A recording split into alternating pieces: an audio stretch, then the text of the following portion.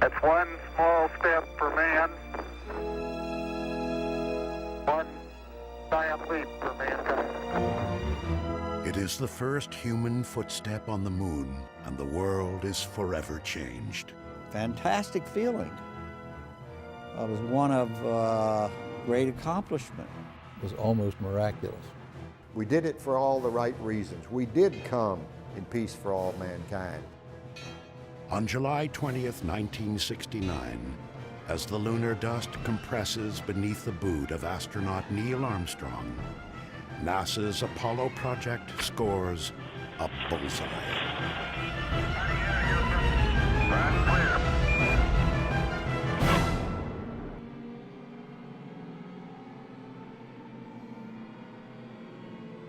Until the fall of 1957, the moon is Earth's only satellite, orbiting for eons in silent vigil.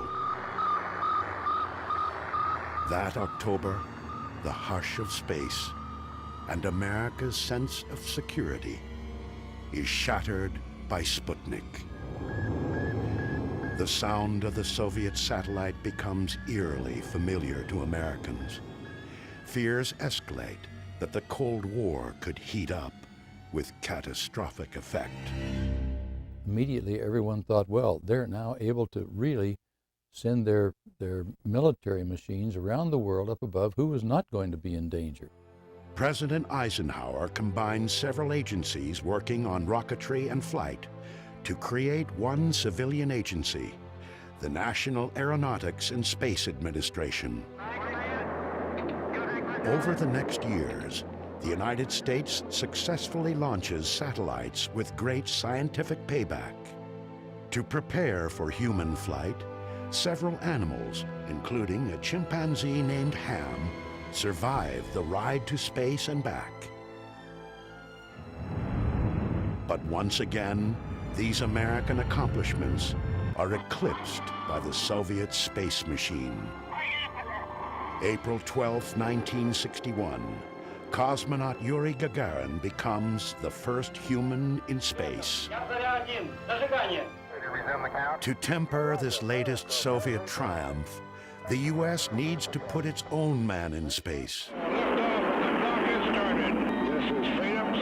That man is astronaut Alan Shepard. 1.2 G. Shepard's flight had tremendous impact.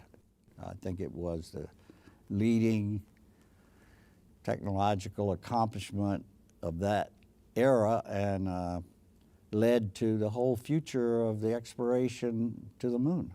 Unlike Gagarin's 108-minute orbit of Earth, Shepard's suborbital flight, the nation's lone human venture into space, lasts just 15 minutes. Nonetheless, President Kennedy goes before Congress and lays down the gauntlet. I believe that this nation should commit itself to achieving the goal before this decade is out of landing a man on the moon and returning him safely to the Earth. The combination of the Gagarin flight and the Bay of Pigs disaster with Cuba, I think, pushed Kennedy towards something that would be positive and would show that we were ahead of the Soviet Union. President Kennedy's interest in space moves beyond just beating the Soviets. As his passion grows, so does his rhetoric. We choose to go to the moon in this decade and do the other things, not because they are easy, but because they are hard.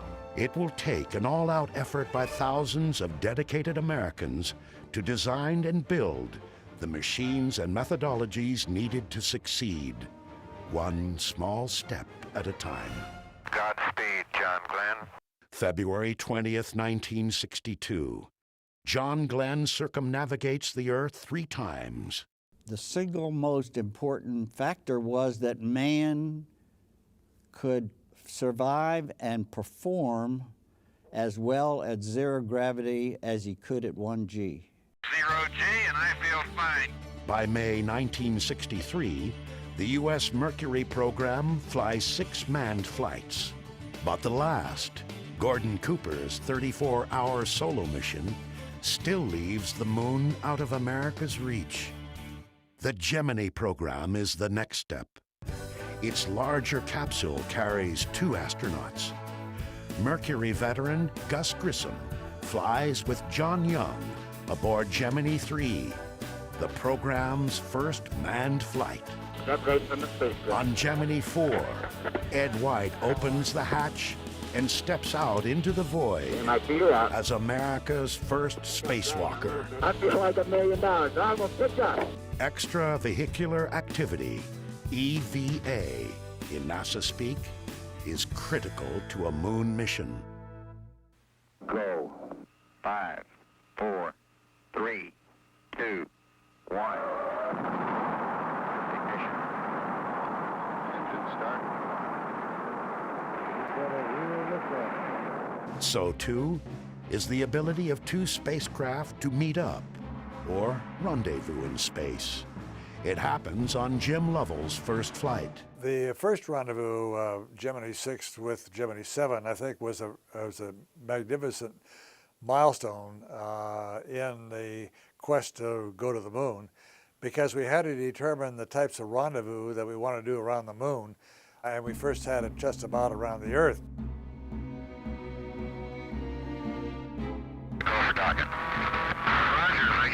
By Gemini's 12th and final mission, rendezvous and docking are well practiced. Gemini 12, Houston, Capcom, 1 minute to LOS. New EVA record, beautiful job. NASA is now ready to shoot for the moon. But there are just 3 years left to meet President Kennedy's goal, and no one really knows how close the highly secretive Soviets are. And of the moon itself, little is known. Could be dust up to 25, 30 feet thick. If you landed on it, you would sink into the moon. If you landed on it and set out some fire from the rockets, exhaust, it would cause this huge inferno on the lunar surface. What were the radiation problems on the moon from the sun? What were the thermal conditions you had to deal with on the lunar surface? Getting answers falls to a series of robotic spacecraft. In mid-1966, Surveyor 1 lands on the lunar surface. The 11,000 photos it sends back help to dispel fear and clear the way for the Apollo moon landing program. 2 short months after the final Gemini flight, astronauts Gus Grissom, Ed White, and Roger Chaffee are posing for photos and spending hours in simulators as they prepare for the first Apollo mission less than a month away. January 27, 1967. The crew is in the capsule, mounted atop an unfueled Saturn 1B for a dress rehearsal of the countdown sequence. Now we gotta get to the moon. We can't talk between 2 or 3 buildings. A series of problems has already raised tensions at the launch pad when 5.5 hours into the test, Ed White's shouts are heard. At that point, things progressed with absolutely stunning speed. I mean, it was only a matter of 20 seconds before the crew was unconscious. Moments later, the pressure from the fire had increased to the point where it literally ruptured the hull of the spacecraft. Toxic smoke spewed into the White Room. The technicians were struggling to get the hatch open and rescue the crew, but they were driven back by the intense heat and the smoke. Many long minutes passed before they could open the hatch, and of course by that point the crew had died. All 3 astronauts were dead. The loss of Grissom, White, and Chaffee momentarily cripples NASA's moon landing program. But as the 3 astronauts are given heroes' burials, Apollo, like another mythological figure, Phoenix, begins its rise from the ashes. Following recommendations of an accident review board, the Apollo Command Module is redesigned and rewired for safety, all under the wary eye of the astronauts who will fly it. 20 months later, from the same pad Apollo 1 had occupied, Apollo 7 roars off for an 11-day shakedown in Earth orbit. We inherited the first manned Apollo mission, which turned out to be Apollo 7. But as with many things with NASA, what was a disaster with Apollo 1 turned out to be a real triumph with Apollo 7 because the spacecraft itself was a marvelous flying machine. It's also the first time live television shows Earth-bound humans what it's like to be in space. It says from that lovely Apollo something. You guys should write. Apollo room. High atop everything. High atop everything. Apollo 7's success restores some swagger to America's space program. But there are reports the Soviets may be closing in on the moon. The original plan was for Apollo 8 to be an Earth orbit test, but the lunar module wasn't ready. And so the decision was made to actually do a circumnavigation of the moon. So that's what actually happened in December of 1968. The engines are on. 4, 3, 2, 1, 0. Commander Frank Borman, veteran astronaut Jim Lovell, and rookie Bill Anders are the first humans to ride the Saturn V's 7.5 million pounds of thrust. We were way up on the top, like a ladybug on the end of your automobile's whip antenna. So as these big engines were thrashing around to keep this thing straight up, boy, the ladybug was getting thrashed.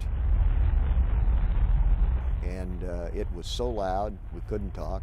The vibration, the thrashing was violent, and you couldn't see the instrument panel. But when we cleared the pad and had some aerodynamic stability and didn't have this noise, why things steadied out, and by that time my heart stopped racing. Apollo 8 is the first time humans venture beyond Earth's gravity. Lovell marvels at never-seen-before sights. I can see the entire Earth now out of the center window. I can see Florida, Cuba, Central America. Christmas Eve Day, 1968. With the moon dwarfing the nearing spacecraft, Commander Borman fires the main engine on the Apollo service module. The craft slows, then slides into orbit around the moon. The world watches in awe, but none more so than the three men peering out the tiny windows of their capsule. We were the first three people to leave the confines of the Earth and be captured by another body. First time three people saw the far side of the moon. First time that we had gone so far, and the first time that we saw the Earth from 240,000 miles away. So in that respect, I kind of thought that Apollo 8 was really a milestone and a high point of my career. The vast loneliness up here on the moon is awe-inspiring, and it makes you realize just what you have back there on Earth. The Earth from here is a grand oasis in the big vastness of space. As the moon's pockmarked surface slips quietly by, the Apollo 8 crew ends its Christmas Eve broadcast with a special message for those back home. And from the crew of Apollo 8, we close with good night, good luck, a Merry Christmas, and God bless all of you on the good Earth. For all its success, Apollo 8 is missing one key component for a moon landing. The lunar module, still being built, is overweight and behind schedule. It's not a simple thing. Spacecraft never landed on another celestial body, so the design had to be done from scratch.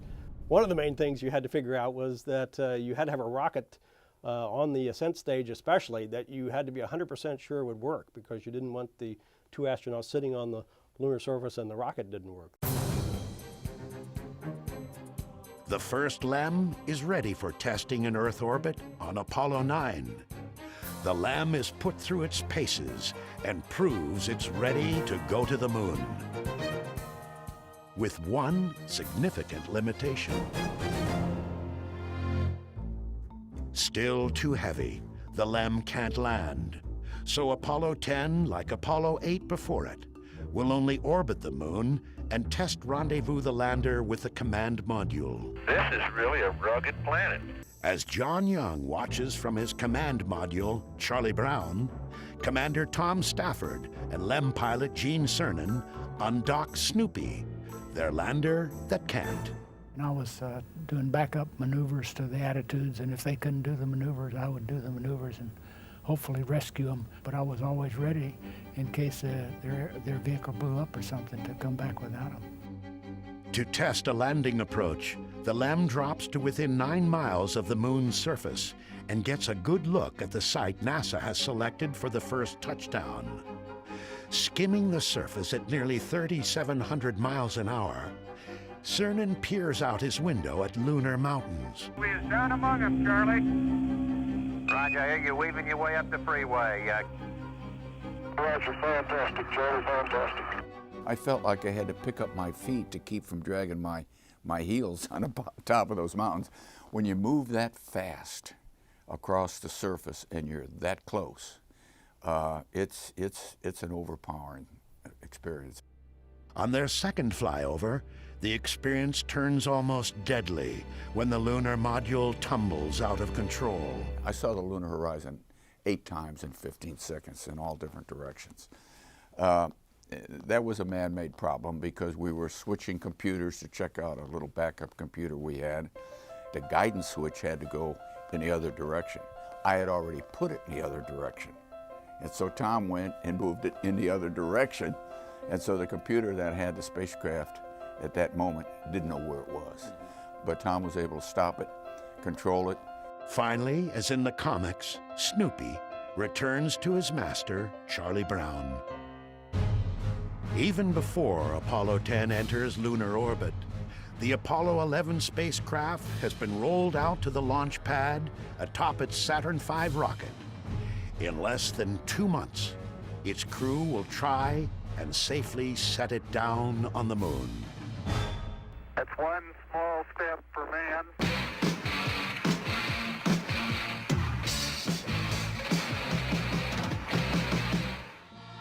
I was in the student houses at Caltech, and we were watching the TV and all the excitement about, landing on another celestial object. And I had no idea that one day I'll become the director of JPL. But reflecting back on it, I mean, that was really something I remember forever. One giant leap for mankind.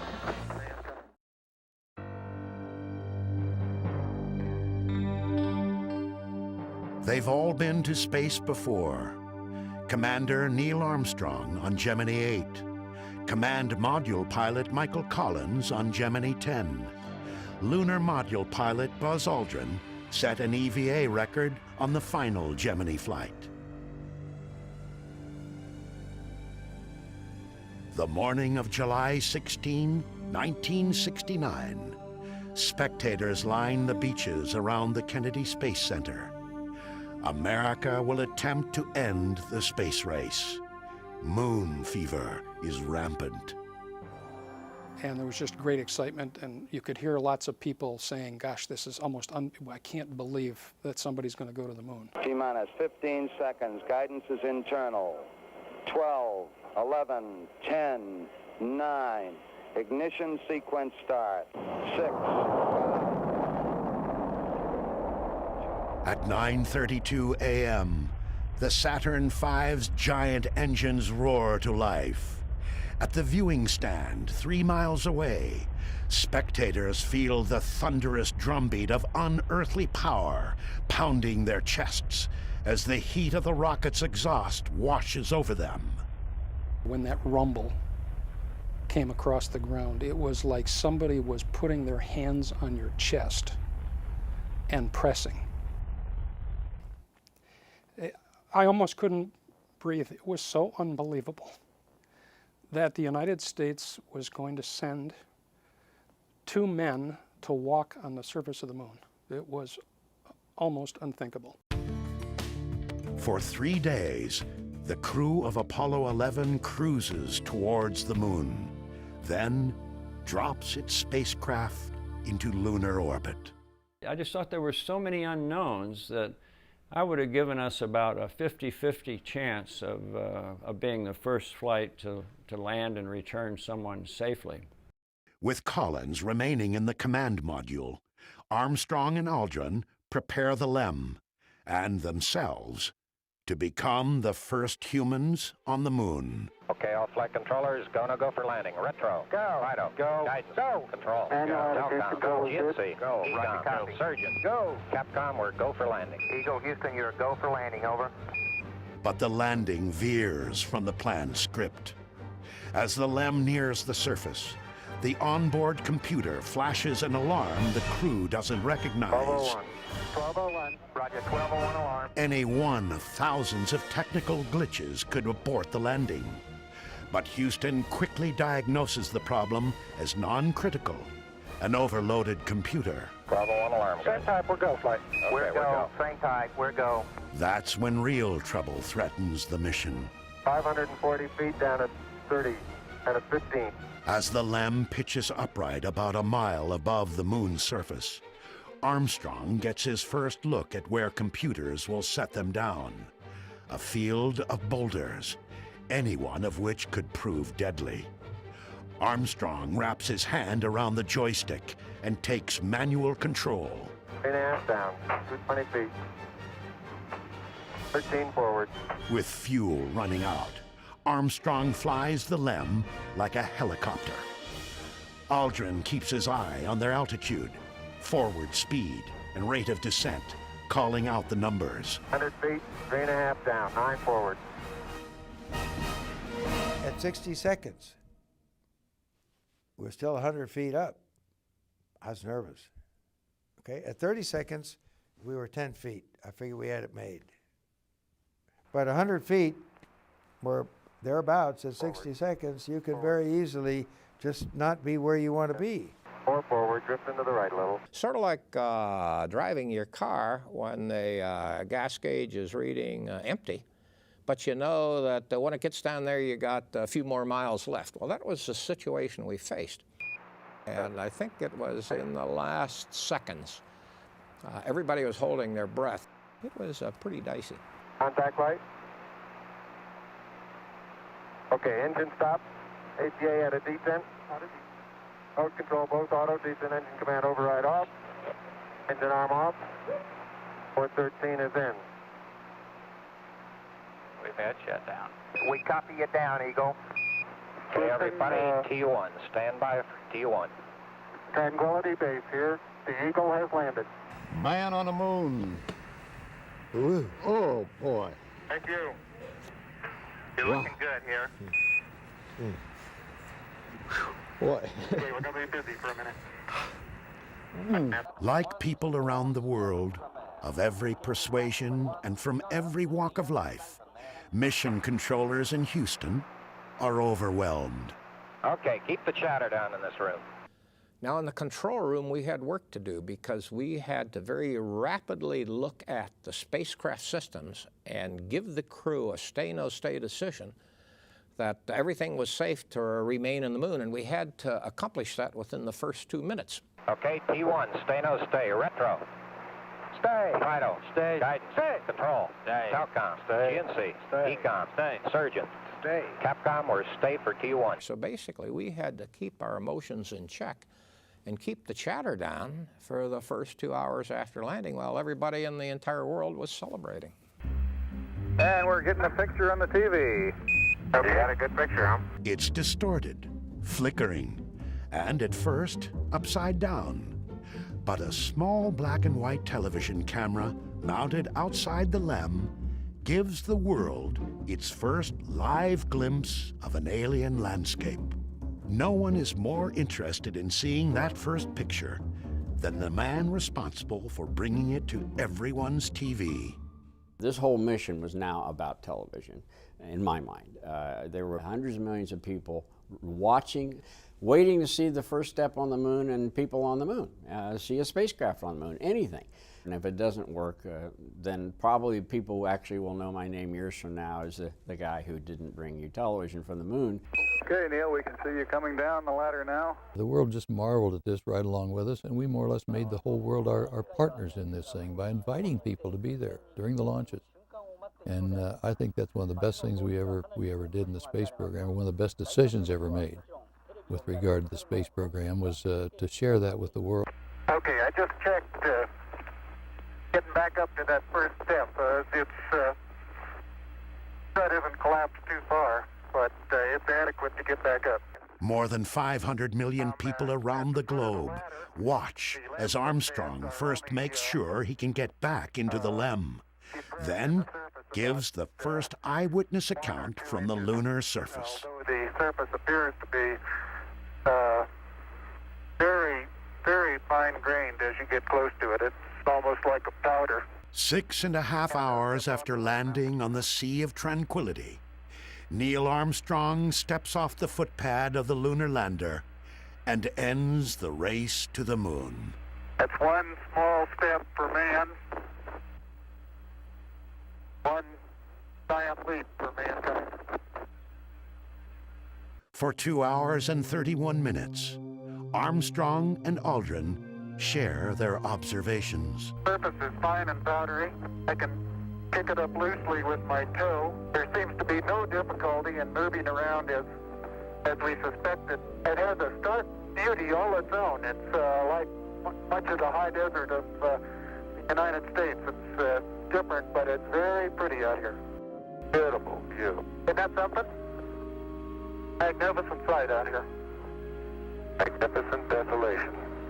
Aldrin says magnificent, but thinks otherwise. What a desolate place we just landed on. Absolutely no life, no color, really, until you get down and look at the minerals in the rocks, because everything's covered with this little dust. They are the only two beings here, but Armstrong and Aldrin have come for all humanity. Here men from the planet Earth first set foot upon the moon, July 1969 AD. We came in peace for all mankind. The primary and secondary struts are in good shape. With future moon landings dependent upon its integrity, the LEM is examined closely. Antennas are all in place. There's no evidence of problem underneath the LEM due to either the engine exhaust or drainage of any kind. What little science this mission has time for is conducted with a seismometer. A core sampling is taken. I hope you're watching how hard I have to hit this into the ground to the tune of about 5 inches, Houston. No trip is complete without souvenirs. Commander Armstrong tallies up their take of moon rocks for study back on Earth. And we got about, I'd say 20 pounds of carefully selected, if not documented, samples. Houston, roger, well done, out. As Armstrong and Aldrin study the moon, controllers in Houston watch closely over them. Their life-sustaining suits have limited supplies of oxygen and power, and they're reaching their safety margins. Buzz, this is Houston. It's about time for you to start your EVA closeout activities. Roger. 19 minutes later, the first moonwalk is over. Okay, the hatch is closed and latched. As the ascent stage of the Eagle takes flight and Tranquility Base recedes beneath it, the magnitude of the accomplishment begins to sink in for Chris Kraft. In terms of technology, in terms of advancement of the state of the art in science and technology, it was probably the most productive 10 years in the history of man. And when you reflect back on it, it probably was even greater than I could comprehend today. With a scant 5 months to spare, NASA has met President Kennedy's goal. America has gained preeminence in human spaceflight. Yet it's only the beginning. Lunar exploration and science are Apollo's new mission, and the program will land 10 more men on the moon to fulfill it. That's one small step for man.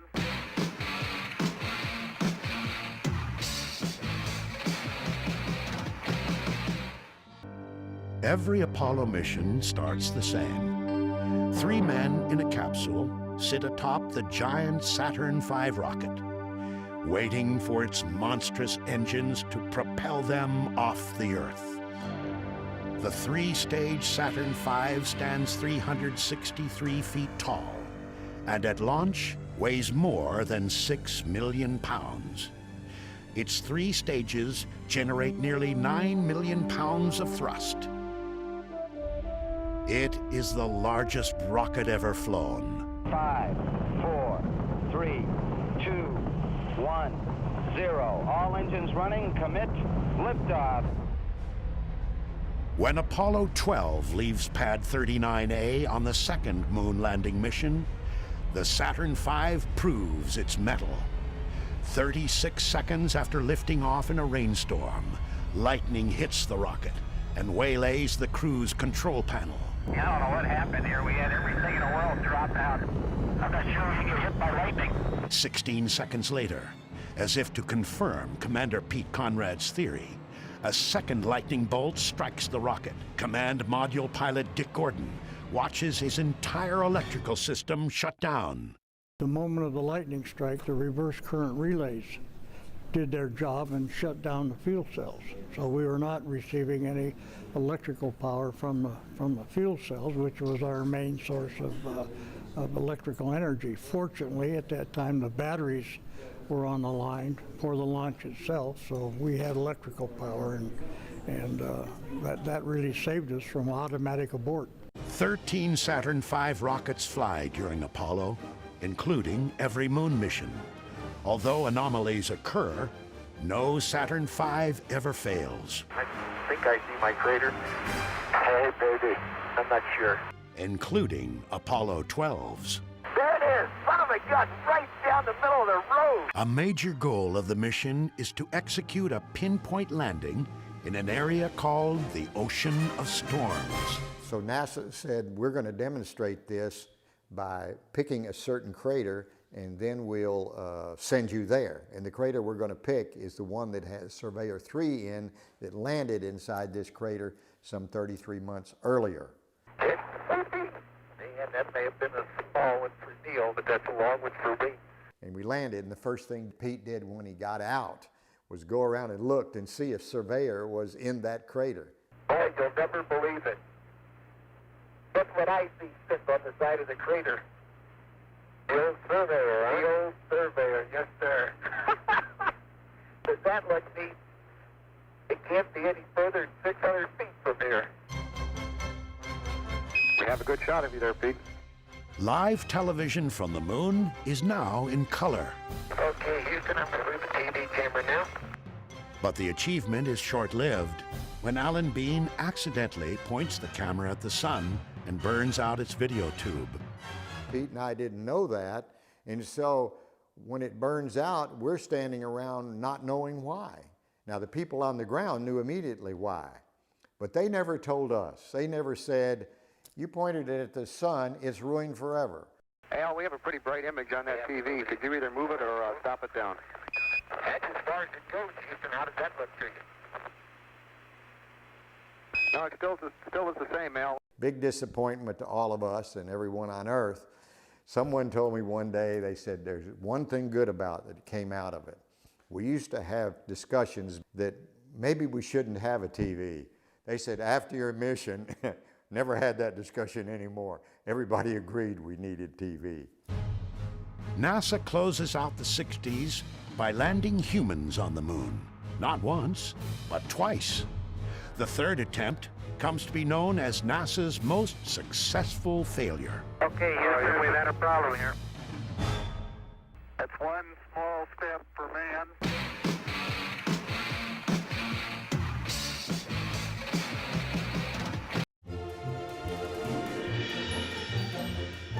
Apollo 13, The third planned moon landing. Commander Jim Lovell's second trip to the moon. This time, he'll not only orbit the lunar surface, but also leave his footprints in its powdery dust. Houston, we've had a problem. But instead of describing a lunar landscape, Lovell finds himself halfway to the moon, talking with Mission Control about his dying command module. Main B, bus undervolt. Roger, main B undervolt.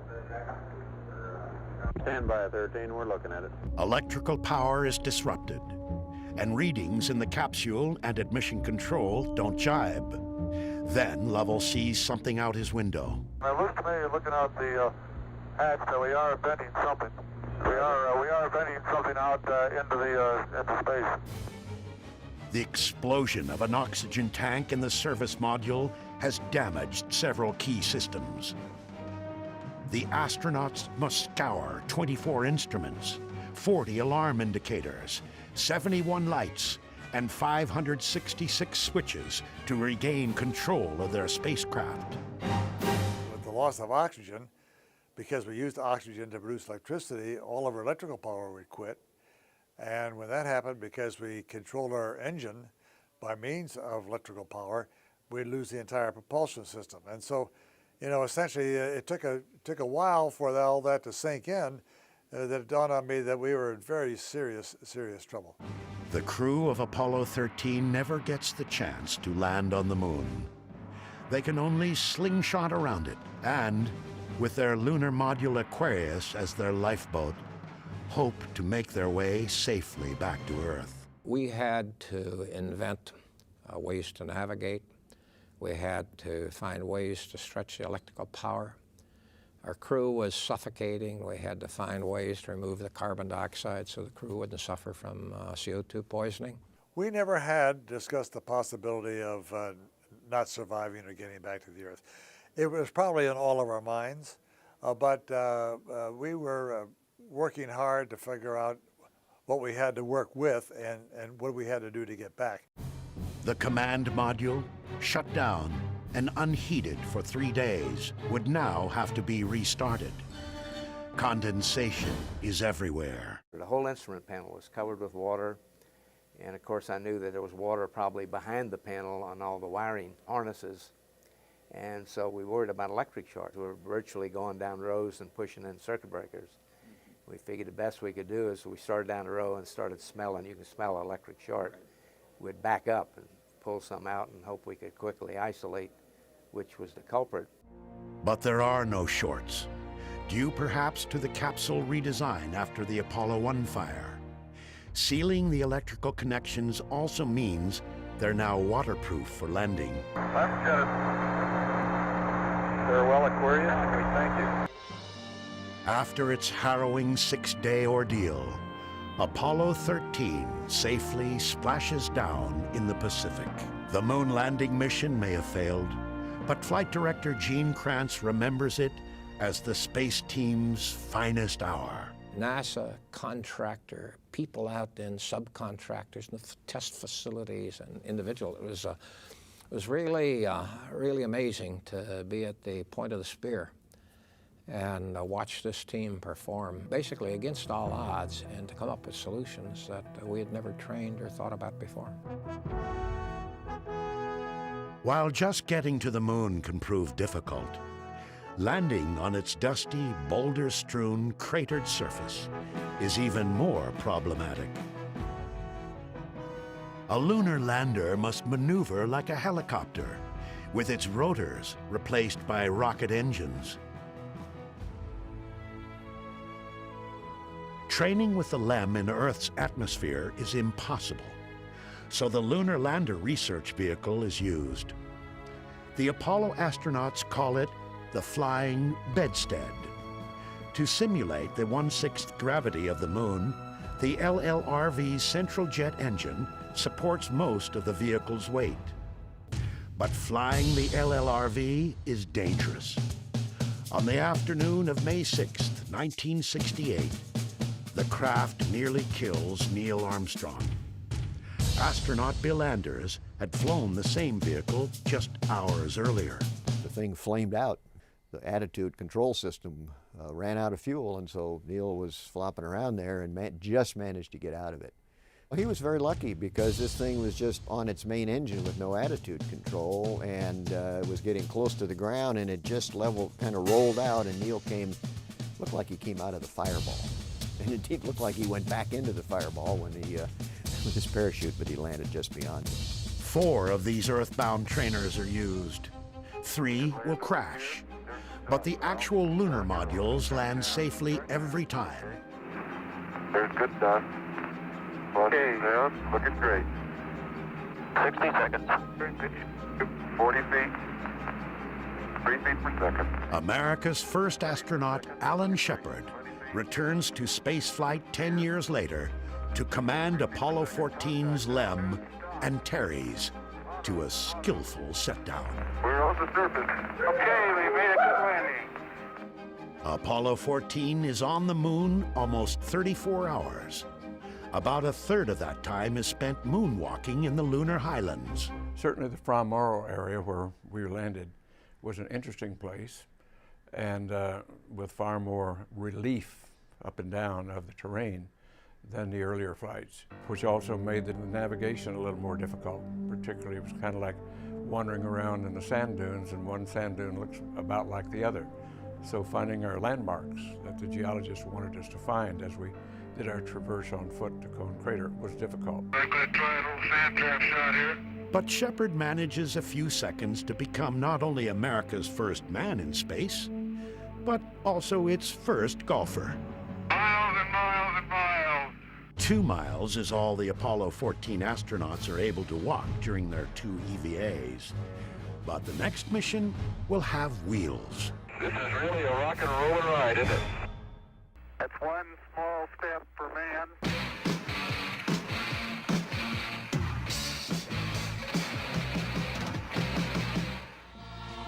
Beautiful, beautiful. Isn't that something?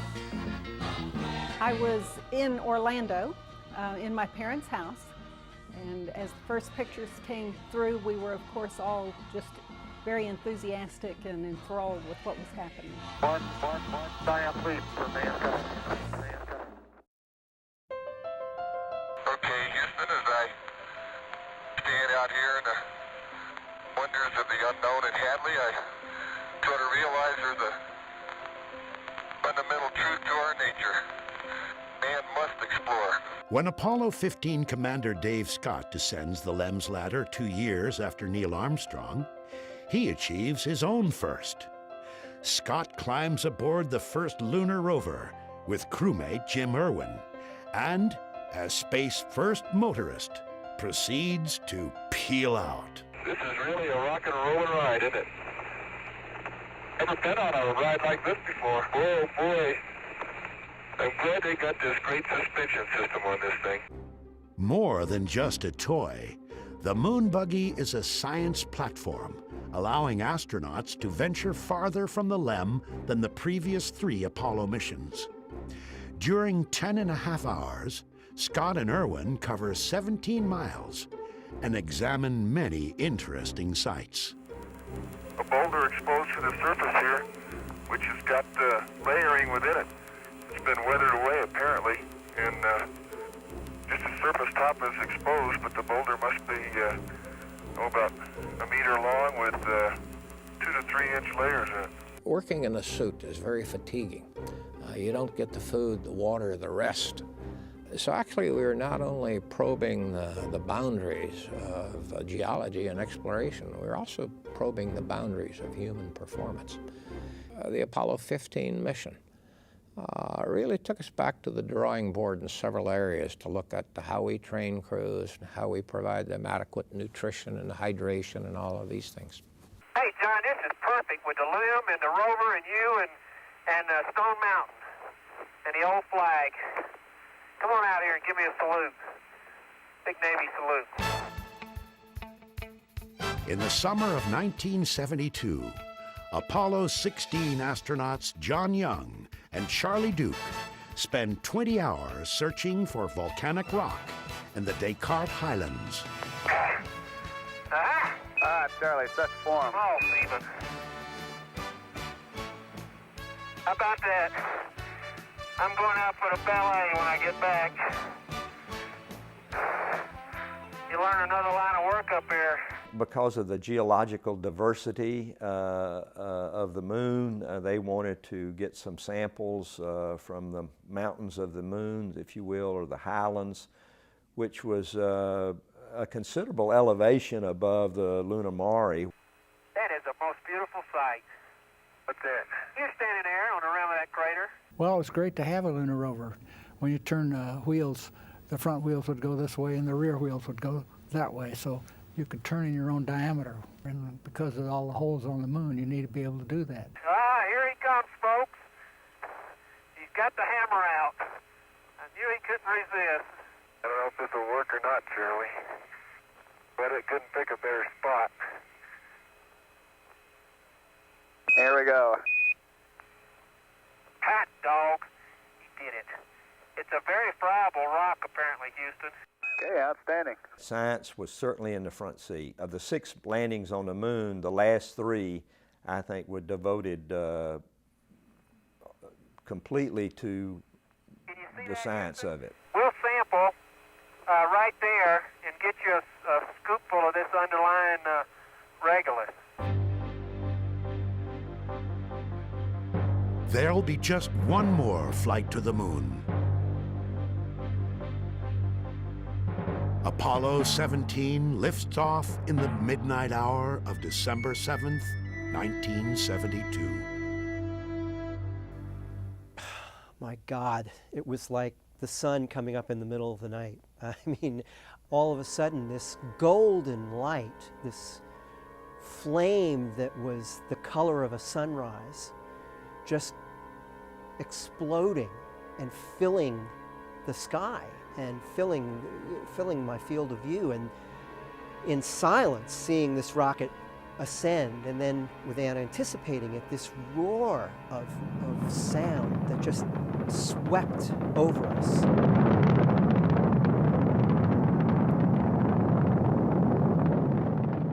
It was absolutely spectacular. I mean, I've seen launches since then, but I don't think anything can compare with knowing that you're seeing 3 people who are on their way to the moon. Okay, stand by for pitch over. Oh, are we coming in? Oh, baby. And there it is, Houston. There's Camelot. Wide on target. I see it.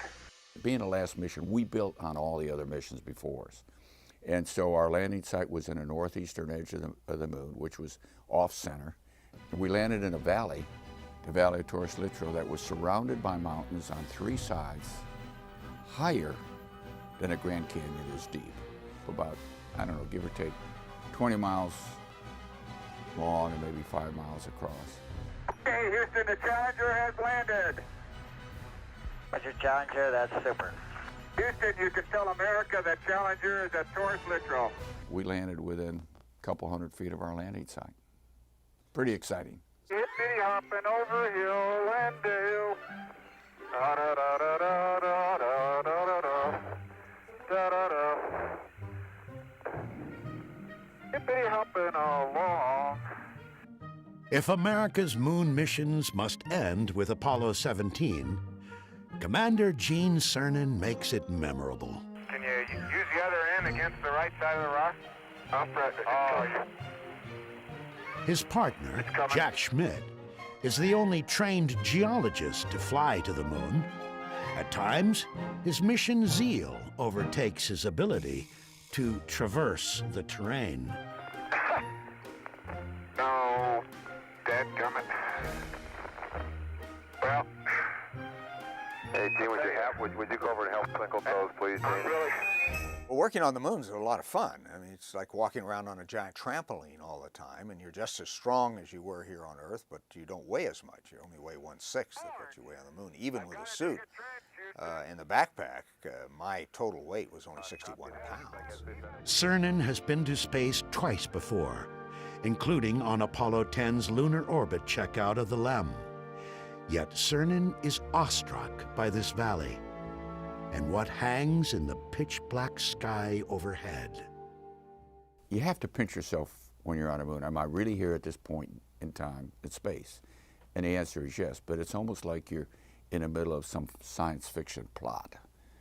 Because back there is the Earth, the multicolored blues of the oceans, and the whites of the snow and the cloud you see from pole to pole, across oceans. Every 12 hours you look at the other side of the world.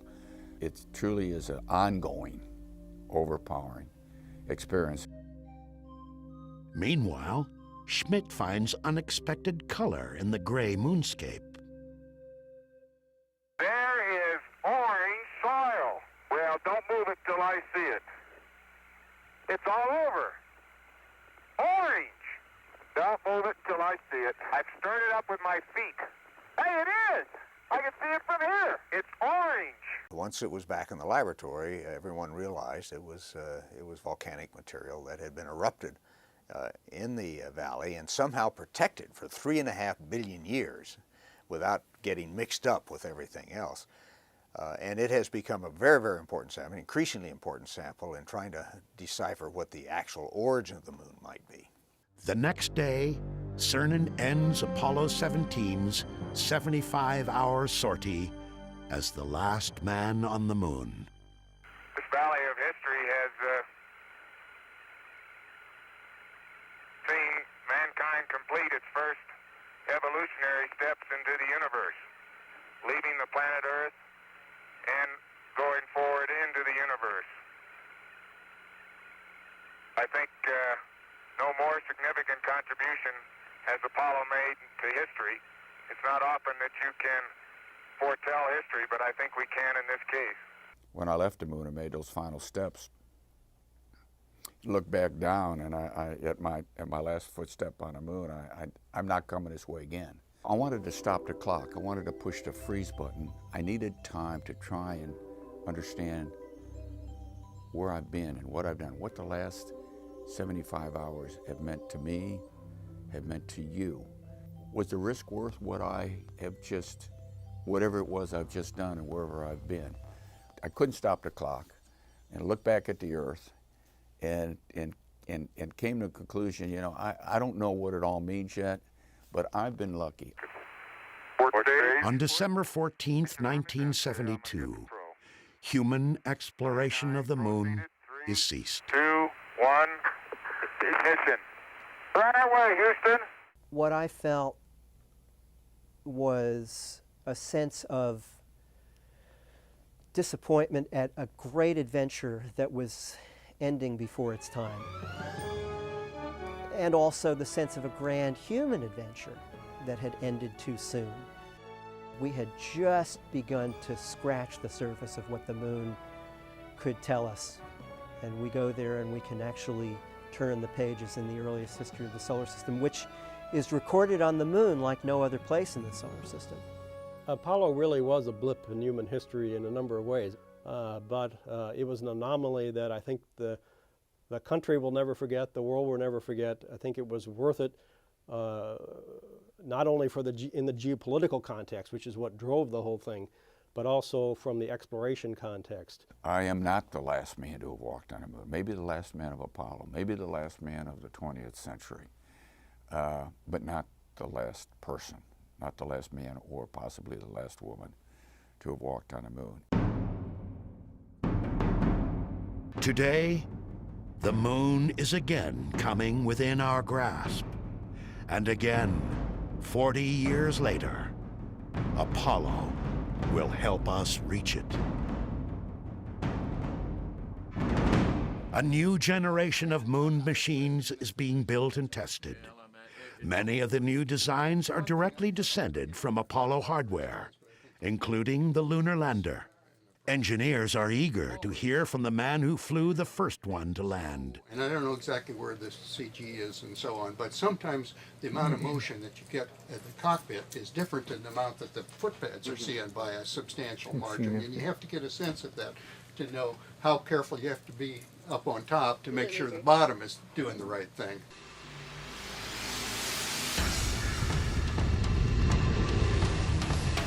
The next generation lunar rover will bear little resemblance to the Apollo buggy. Its explorers will drive the moonscape in shirt sleeves. The key thing about this vehicle is it's a small pressurized rover, so we actually live in the vehicle under pressure. The suits are hanging off the back on devices called suit ports. What we do is we literally open a hatch inside the vehicle, open the back hatch of the suit, step into the suit, and 10 minutes later we're boots on the surface sampling rocks. In an Apollo-style unpressurized rover, you've got 8 hours of consumables in your suit, so you have to go out and turn around and come back at the end of each day, whereas here we're going to live in it. The next astronauts to make footprints in the lunar dust will stay longer, explore farther, and learn more than ever hoped for on July 20th, 1969, when Apollo 11 changed the world forever. It's something that I always hoped would happen in my lifetime, and to see it happening now, to potentially be a part of it, and whether it's my foot on the moon or one of my classmates or somebody from my generation is going to do it, and I think it's great. We did a lot of great work in the 1960s and 70s when we went to the moon, but unfortunately we didn't stay there very long. Now, with their experience, especially under the belt of what we got from the International Space Station and the capability that the Crew Exploration Vehicle gives us, we can actually really explore the moon. It's a whole new planet, a whole new world to go explore. And we've only been to 6 little small spots on it. Now we can go more places. We have a chance to stay there longer. The human endeavor which people put forth to get us to the moon is the human endeavor we once again need. The spirit of Apollo, the legacy of Apollo, is that human endeavor to do what has never been done before, to reach further than we've ever reached before. To be willing to try, to not be deterred by failure. That's what Apollo was all about. And as the centuries unfold, we'll go many, many places, but this is the first, and this needs to be remembered as one of the wonderful things of the 20th century. It is a great adventure.